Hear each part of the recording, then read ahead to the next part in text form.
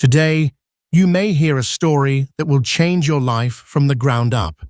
In my 94 years, I have met tens of thousands of people, some successful, some not.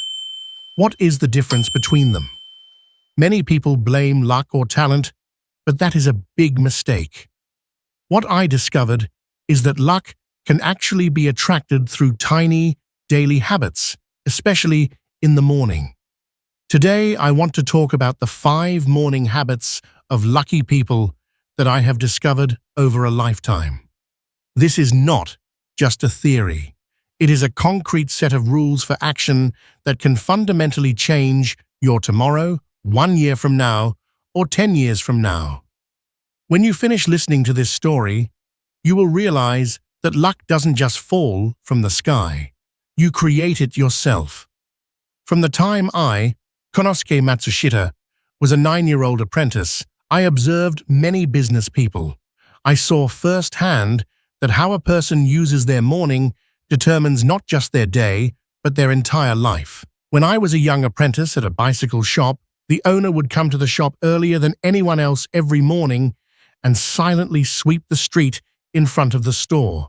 One cold winter morning, I asked him, "Master, why do you do this every day?" Without stopping his sweeping, he said quietly, "Konosuke, the morning is not just the start of the day. It is a sacred ritual where today's self replaces yesterday's. Sweeping this path is for the customers, yes, but most importantly, it's for me. I use this broom to sweep away yesterday's worries and failures. By doing this, I can greet a new day and face my customers and products with a clean slate." His words struck a deep chord with me. Those few minutes in the morning set the tone for the entire day. The lucky people I met had this unconscious habit of preparing their minds. From this experience, I discovered the first habit that attracts luck: looking back on yesterday with gratitude. When I was just starting my business, there was a highly skilled craftsman named Nishit. He was better than anyone at his job, yet people mysteriously drifted away from him. Even big projects would fail at the very last moment. He was always in a bad mood in the morning. Yesterday's plans were terrible.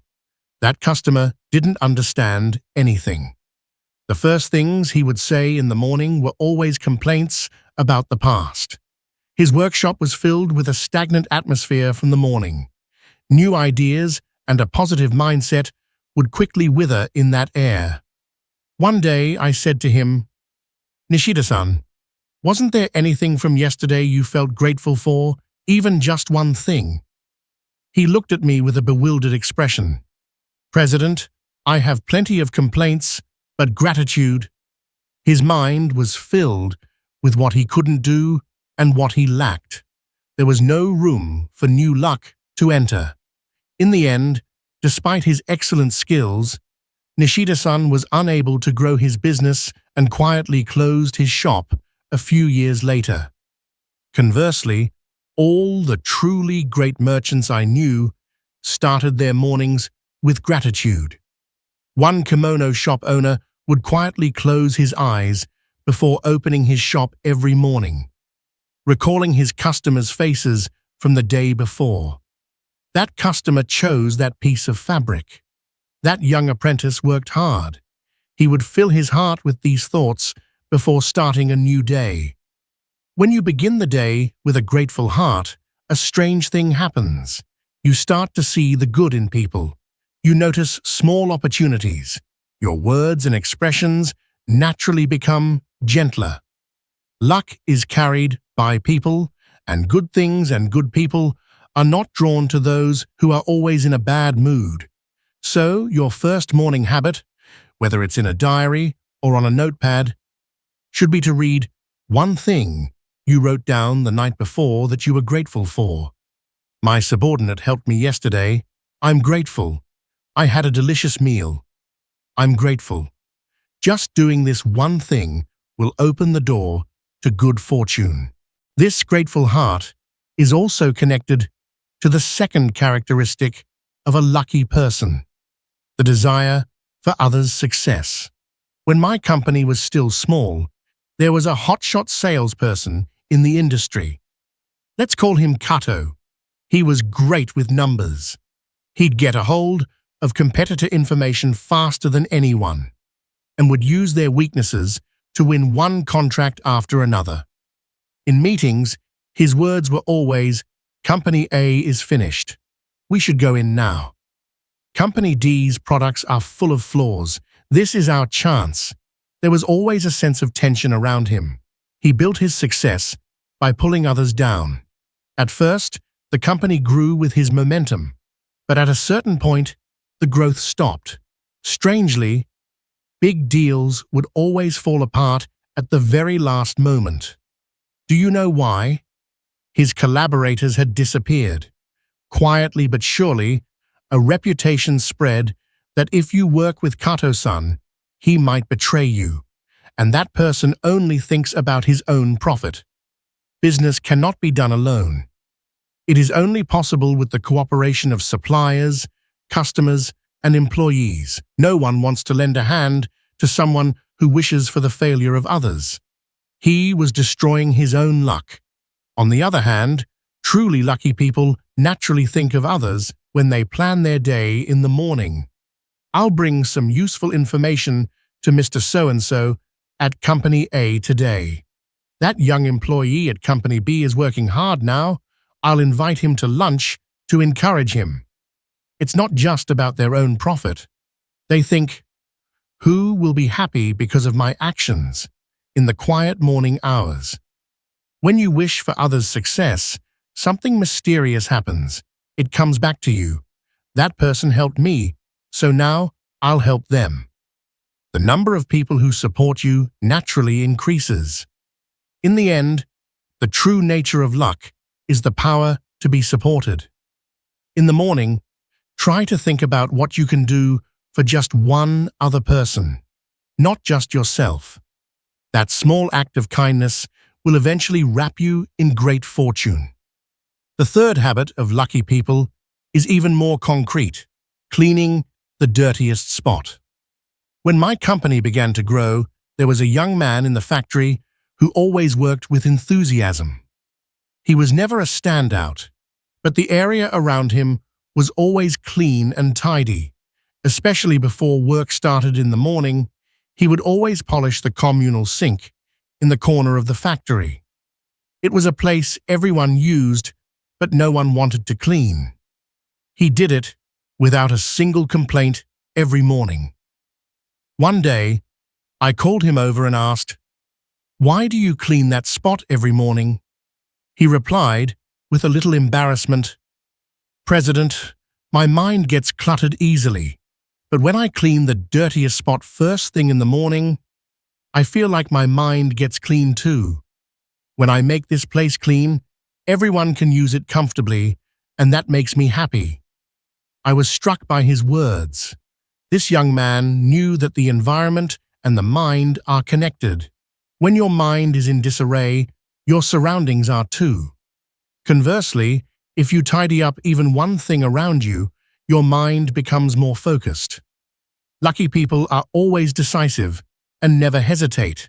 That's because their minds are in order, and they build that mental foundation with a small act of cleaning every morning.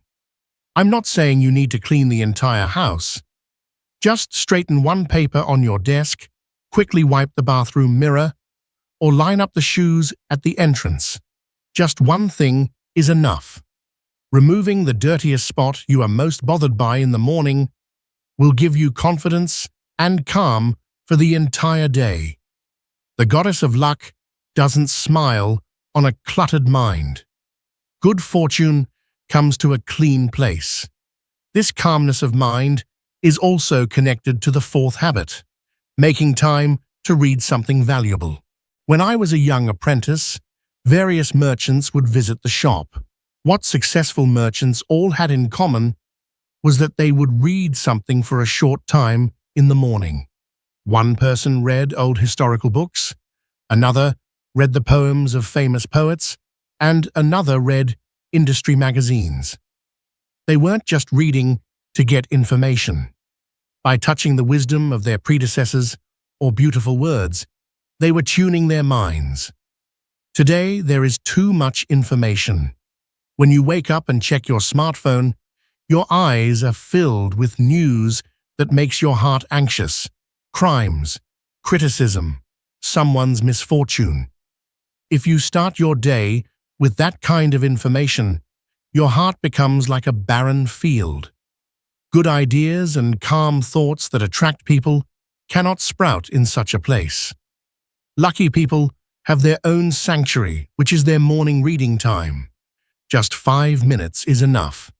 It can be a book by someone you respect, a novel that soothes your heart, or a nostalgic story you read long ago. Distance yourself from the noise of the world for a little while and quietly look at the center of your heart. It is in this stillness that you can see what is truly important. Your intuition will become sharp, helping you decide whom you should meet or which job you should focus on most that day. Luck is not a coincidence. It is the accumulation of correct judgments. To improve the quality of your judgment, try reading for 5 minutes in the morning to nurture your mind. And finally, this fifth habit may be the most important. Just as I talked about the characteristics of untrustworthy people, it is deciding whom you will be kind to today. I have seen many people who were once successful. They had talent and they worked hard, but at some point, luck abandoned them. What they had in common was that the more successful they became, the more they thought only about receiving.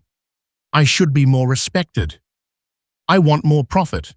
I deserve more recognition. Their hearts became full of themselves. As a result, people left them.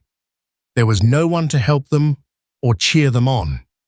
Isolated success doesn't last long. Truly lucky people think the exact opposite. Every morning they think, to whom can I give something today?